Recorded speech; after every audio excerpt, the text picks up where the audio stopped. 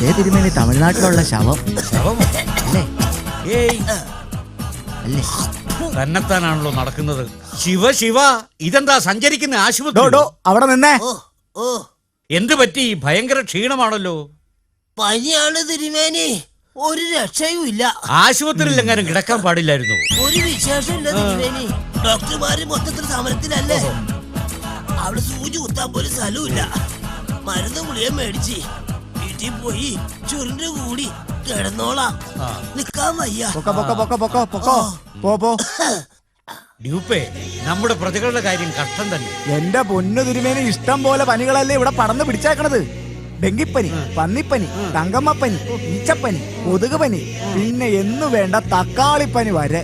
ഒരു രക്ഷയില്ല തിരുമേനി. ശിവ ശിവ, പാവം പ്രജകൾ. ഇവരുടെ ഓണം ആശുപത്രിയിലായല്ലോ. തിരുമേനി, ഇവിടെ അധിക നേരം നിൽക്കുന്നത് പന്തിയല്ല, പകർച്ചപ്പനിയാണ്. സൂക്ഷിക്കണം. തിരുമേനി,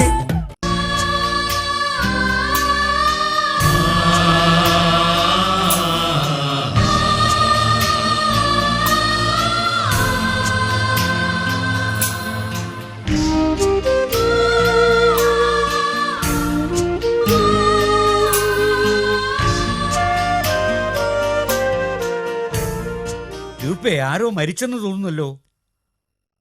അതെ, ഒന്ന് നിന്നേ. എന്താ ഇത്? നിങ്ങൾ എന്തിനാണ് ഈ ഓണക്കാലത്ത് ദുഃഖവെള്ളി ആചരിക്കുന്നത്? ദുഃഖവെള്ളിയോ? ഈ കുരിശു വെക്കുന്നവരെ കല്യാണ തിരുമേനി എന്ന്. ഒരു മംഗളകർമ്മം നടക്കുമ്പോൾ നിങ്ങൾ എന്തൊക്കെയാണ് ഈ കാട്ടിക്കൂട്ടുന്നത്? ഭാര്യ എന്ന മരക്കുരിശിനെ ജീവിതകാലം മുഴുവൻ ചുമക്കേണ്ട തിരുമേനി ഇവൻ. ആ മഹാദുരന്തത്തിന്റെ ഒരു ചെറിയ റിഹേഴ്സലാ ഈ മരക്കുരിശ്. ഹോ ശിവ ശിവ. എന്റെ പൊന്ന് തിരുമേനി, നമ്മളിപ്പോ നിക്കുന്ന ഈ സ്ഥലം ഉണ്ടല്ലോ, കണ്ണൂരാ, കണ്ണൂര്. ഹോ, ഇത് റാഗിങ്ങാ, കല്യാണ റാഗിങ്. ഇവന്മാരൊക്കെ റാഗിങ്ങുകാരാ തിരുമേനി. ഇതുകൊണ്ടൊന്നും ഞങ്ങളുടെ റാഗിങ് തീരില്ല. നവ്വറിനെ ഒരു ഫുൾ ബോട്ടിൽ മൊത്തം കുടിപ്പിക്കും. മണിയറയുടെ വാതിൽ തുറന്നിടും. രാവിലെ വരെ മൈക്ക് വെച്ച് പാട്ട് കേൾപ്പിക്കും. കട്ടിലിനാണെങ്കിൽ ഓലപ്പടക്കം വെച്ച് പൊട്ടിക്കും. മുഹൂർത്ത സമയമായി, ഇനിയെങ്കിലും ഇതൊന്ന് താഴെ വെച്ചോട്ടെ. മിണ്ടായിരിക്കണോ? ശിവ ശിവ, ഇതൊക്കെ കേട്ടിട്ട് നമുക്ക് ഭയമാകുന്നു. ഡ്യൂപ്പേ, പണ്ടൊക്കെ കോളേജിൽ മാത്രമേ റാഗിങ് ഉണ്ടായിരുന്നുള്ളൂ.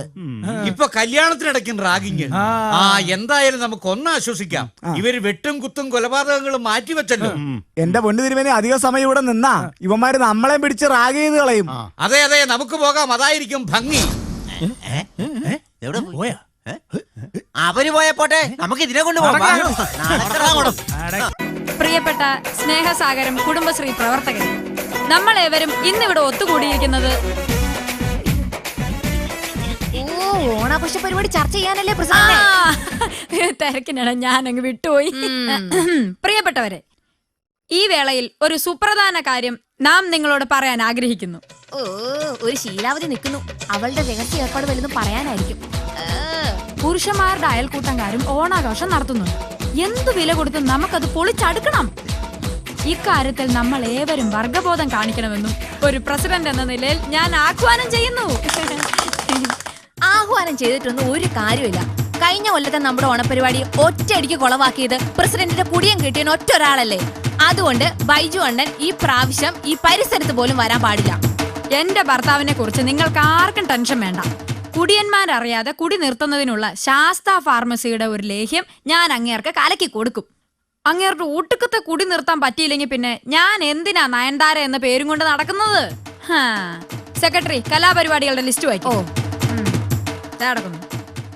പുരുഷന്മാരെ എങ്ങനെയും നമ്മുടെ കലാപരിപാടികളിലേക്ക് ആകർഷിക്കുക എന്നതാണ് നമ്മുടെ പ്രധാന ലക്ഷ്യം. ഇതിന്റെ ഭാഗമായി നമ്മുടെ കുടുംബശ്രീ പ്രവർത്തകരും പുരുഷന്മാരും ചേർന്നുള്ള വടംവലി മത്സരം, പിന്നെ പുരുഷന്മാർക്ക് വേണ്ടിയുള്ള സ്പെഷ്യൽ മത്സരങ്ങളായ ഉറിയടി മത്സരവും, പിന്നെ എണ്ണ തേച്ച തൂണിന് മുകളിൽ കയറി ഒരു ഫുൾ ബ്രാൻഡി കുപ്പി എടുക്കുക എന്ന മത്സരവും നമ്മുടെ കൂട്ടത്തിലുണ്ട്.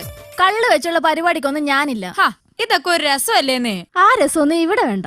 വേണം വേണം, അത് വേണം. ഒരു കാര്യം കമ്മിറ്റി കൂടി തീരുമാനിച്ചാ അത് തീരുമാനിച്ചത് തന്നെയാ. നീ വലിയ പുണ്യാളത്തെ ഒന്നും കളിക്കണ്ട. അങ്ങനെ മുഴുവൻ കാര്യങ്ങൾ നീ ഒറ്റയ്ക്ക് തീരുമാനിക്കണ്ട. നിന്റെ വിശേഷങ്ങളൊക്കെ നാട്ടിൽ പാട്ടടിച്ചൂലേ? ചൂല് നിന്റെ മറ്റവൻ.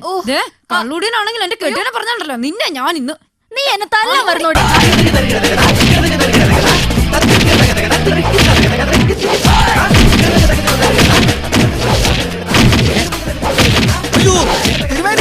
പേടിക്കണ്ട, ഇത്തവണത്തെ ഓണാഘോഷം എങ്ങനെ ഗംഭീരമാക്കാം എന്നുള്ളതിനെ കുറിച്ച് കുടുംബശ്രീകളുടെ മീറ്റിംഗ് ആണ്. ഡ്യൂപ്പേ, എന്തോ? സാധാരണഗതിയിൽ ആഘോഷത്തിന് ഒടുവിലല്ലേ ഓണത്തല്ല്. ആ. ഈ സ്ത്രീകൾ അത് ആദ്യമേ തുടങ്ങിയെന്ന് അതെ, തോന്നുന്നു. അതെ, അതെ. നമുക്ക് അവരെ ഒന്ന് പിടിച്ചു മാറ്റിയാലോ? തിരുമേനി എന്ത് മണ്ടത്തരം ഈ പറയുന്നേ? ഏ? പെണ്ണുങ്ങളുടെ മേത്ത് തൊട്ടാലേ വകുപ്പ് വേറെയാ, പീഡന കേസിൽ അകത്ത് പോവും. തിരുമേനിക്ക് എന്നോട് ഒന്നും തോന്നരുത്.